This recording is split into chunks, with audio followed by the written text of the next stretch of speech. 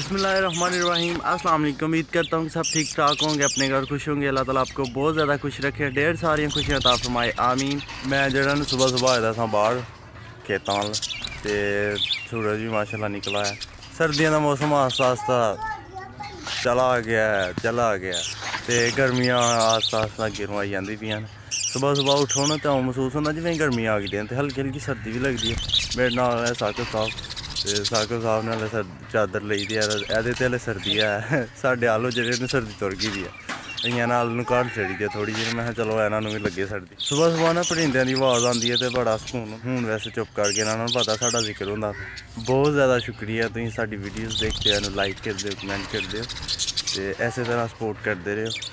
पिछले 2-3 दिन तबीयत बहुत ख़राब हो गई है। देखो सुक गया मूँह च, मुंडा पतला हो गया साकिब साहब। हाँ जी, तबीयत बहुत ख़राब थी, इसलिए कल की वीडियो थोड़ी सी लेट आई ही। अज थोड़ा थोड़ा बदल भी हो गया, ज़रा धुप्प सही नहीं निकली। पिछले 2-3 दिन सही धुप्पां पईयां ने ते आउन लगदा हुण गर्मी भी आ गई है। लोग कनकां नूं स्प्रे स्प्रू करते पे ने। कनकां माशाल्लाह किड्डियां किड्डियां वड्डियां हो गई। रोई वाल ते कनकां है नहीं, इधर चलो है नहीं जेहड़ियां, ते चलो ऐही पल पुल जान। साकिब साहब एक गल ते दसो, भाई पट्ठे हैन तुहाडे? हाँ जी पट्ठे है ने। मैं नहीं है तो देख किड्डे किड्डे पट्ठे ने। शामां नूं आवांगे दादरी चादर लैके ते वड्ढ के लै जांगे सारे। के लाएंगे, साढ़े तो भी नहीं है। साढ़े भी नहीं है। अच्छा, फिर अज पहाड़ी है, फिर अज गेम पहाड़ी पक्की गल है। वेली रेडी ले आवांगे इत्थे नाल और खला लांगे। हाँ ते खोती दे इत्थे पट्ठे पा लांगे थोड़े जे, बाद में तपड़ी बिछा के सर दे सारे वड्ढ के उत्ते रख के ते जाना फिर अपने राह नूं नहीं जाना। इधर नूं है भी राह दे उत्ते है ते खोती रेड़ी इत्थे खला लांगे, पट्ठे वड्डांगे, उत्थों नाल ही लद्दांगे ते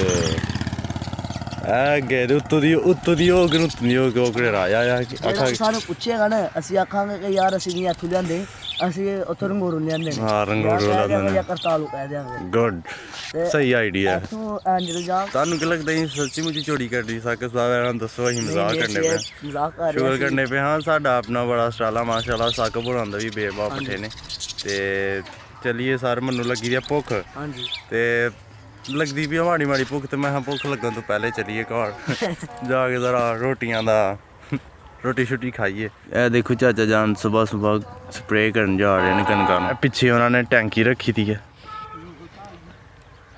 तो ये आदल भाई हैं हमारे, तो कुत्ते शिकार पे लेके जा रहे हैं आप? नहीं। कहाँ लेके जा रहे हैं? वैसे ही बाहर को निकले हैं सैर करने के लिए, खुद आए और साथ 2 कुत्ते रखे हुए हैं। ये एक मोहल्ले का और एक इसका अपना है। तो और सुनाए सब खैरियत? तो ये हैं जी हमारे सफ़ियान भैया। सफ़ियान भाई ऊपर को देखें थोड़ा सा, ये बकरियों को चारा डाल रहे हैं, नाश्ता करवा रहे हैं। ये इस बंदे को बकरियों से बहुत ज़्यादा प्यार है, बकरियों से नहीं वो जानवरों को भी। हालांकि चारा डाला हुआ होता है तो फिर भी जो है ना वो दोबारा चारा डाल देता है। मार पालते आ रहे बतरिया नूं पट्ठे पाने गए, डंडला नूं पानी लाया। हाँ मैं वीडियो ताती बनाना हूँ। मैं स्कूल जाना होंदा, स्कूल वाले तबीठन जाना होंदा, तबीठन वाले सवेरे पढ़न जाना होंदा, फिर सुबह उठियै नमाज पढ़न जाना फिर स्कूले। आज टाइम नहीं लगदा, मैं वीडियो नहीं बनांदा। आज ली बहुत ज़्यादा मार। मेरा देसी सादा सा नाश्ता बिल्कुल तैयार हो गया। ये गंदम के आटे की रोटी है, ये दही है, पानी है और पैंचड़े हमने पकाए हुए हैं कल के। तो अब नाश्ता करते हैं, नाश्ता करने के बाद मिलता हूँ आपको। नाश्ता मैं घरों तो बाद जानवर बाहर बने मझां उन्हें बिल्कुल आराम कर दी, मेरा रेस्ट धुप्प से केट दिया ने।